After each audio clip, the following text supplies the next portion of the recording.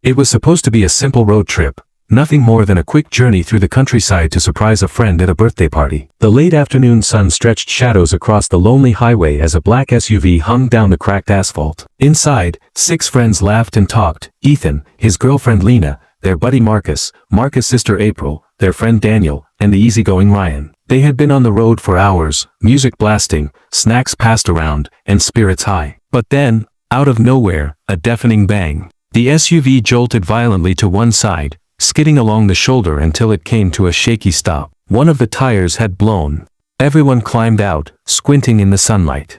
The road was eerily empty, just endless dirt, dried grass, and silence stretching in all directions. No houses. No other cars. Lena instinctively reached for her phone, snapping a quick selfie with the others. She tried posting it, maybe to laugh about their little roadside adventure later, but the screen flashed no service. She wandered a few steps away and noticed something strange. In one particular spot, a faint signal flickered on her phone, but just a few feet back, it vanished completely.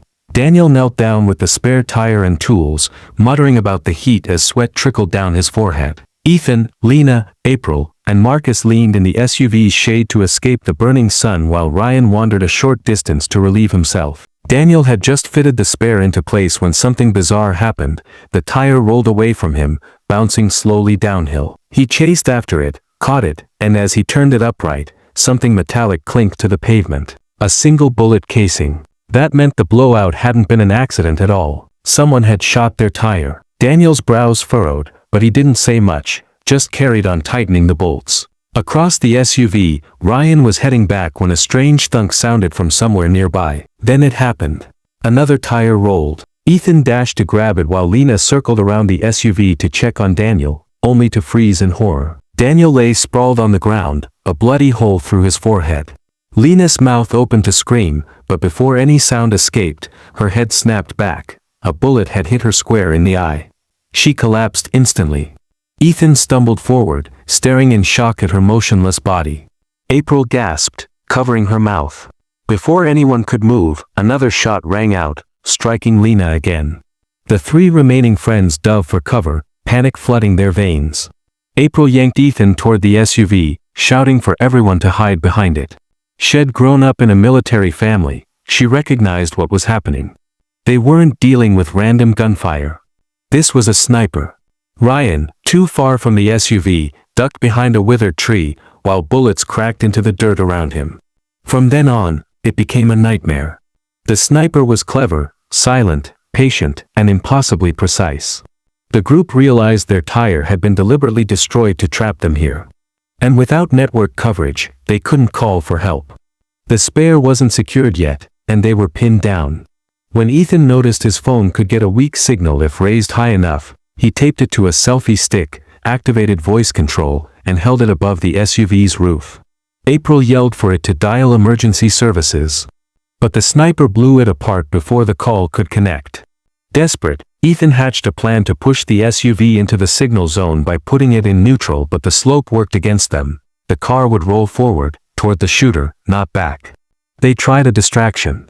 April tied her hoodie to the selfie stick and waved it above the car while Ethan studied video footage from their phones, trying to spot muzzle flashes. At last, they pinpointed the shooter's location, a tree line about 150 yards away. Ethan found a toolbox in the back.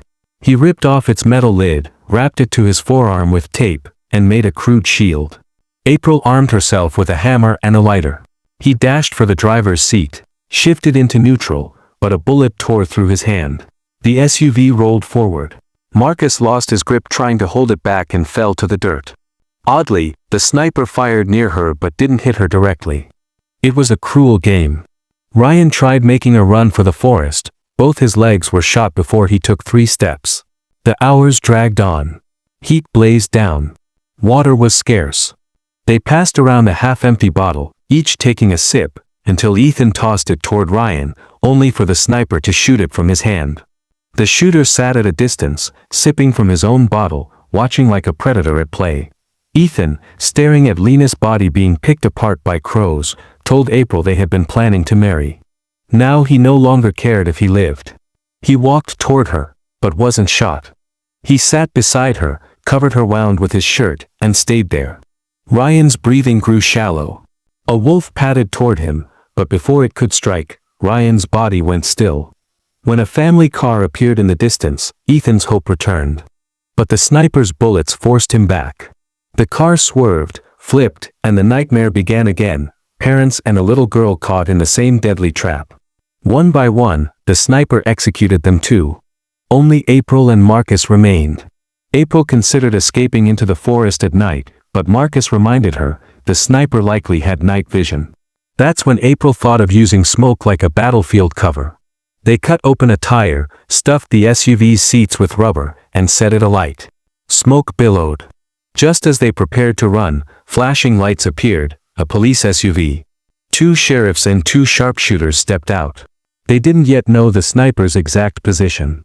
Before they could act, a bullet struck the driver, sending the SUV surging forward. 1 sharpshooter fell out, dead in seconds. April screamed at Marcus to run. She did, but stepped out of the smoke too soon. The sniper dropped her instantly. Marcus dove behind the police vehicle with the remaining sheriff. They fired wildly, but the sniper took them both out with ease. Now, Marcus was alone. Driven by fury, she jumped into the police SUV and floored it, aiming straight for the sniper's perch.